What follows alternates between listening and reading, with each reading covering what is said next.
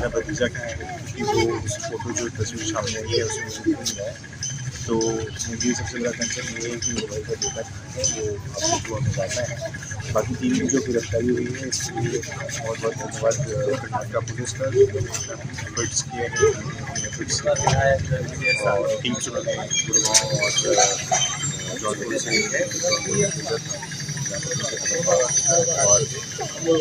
और भी कुछ लोगों की गिरफ्तारी अभी कर ली है जिसके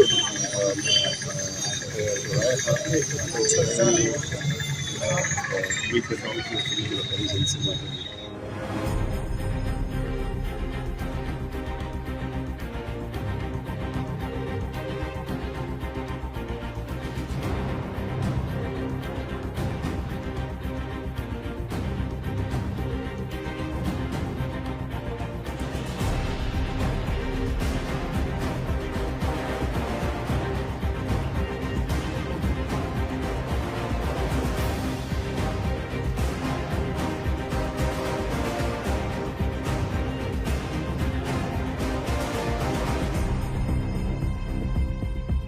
दिसंबर को अतुल सुभाष ने सुसाइड किया और इस सुसाइड नोट में उसने बहुत सारी चीजें लिखी थी, जिसमें गंभीर आरोप उसने अपनी पत्नी निकिता सिंघानिया के ऊपर ही लगाए थे और उसके बाद से ही लगातार निकिता सिंघानिया और उसका परिवार फरार चल रहा था।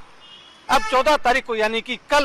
निकिता सिंघानिया को गुरुग्राम के सेक्टर 57 के इसी ब्लॉसम जो स्टे पीजी है यहाँ से बेंगलुरु पुलिस ने गिरफ्तार कर लिया है और उसकी माँ और भाई को भी प्रयागराज से गिरफ्तार किया है।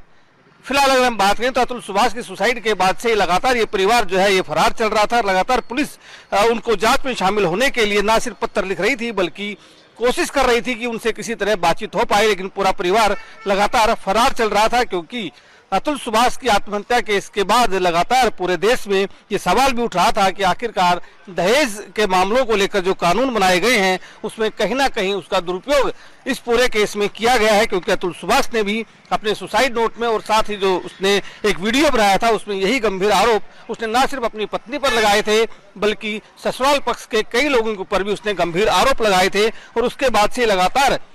जो पुलिस है वो उनको जांच के लिए शामिल होने के लिए कह रही थी, ना सिर्फ कह रही थी बल्कि उन्हें ढूंढ भी रही थी। लेकिन लगातार ये परिवार ना सिर्फ अपना ठिकाना बदल रहा था बल्कि लगातार पुलिस से बचने की कोशिश भी कर रहा था। और उसके बाद बेंगलुरु पुलिस ने न सिर्फ हरियाणा पुलिस से संपर्क किया बल्कि यूपी पुलिस के साथ भी संपर्क किया और इलेक्ट्रॉनिक सर्विलांस के सहारे वो निकिता तक आ पहुंचे। और कल यानी कि 14 दिसंबर को सेक्टर 57 के इसी पीजी से निकिता सिंघानिया को गिरफ्तार कर लिया और उसकी मां और भाई को प्रयागराज से गिरफ्तार कर लिया और अब बेंगलुरु पुलिस इस पूरे केस की जांच में जुटी है।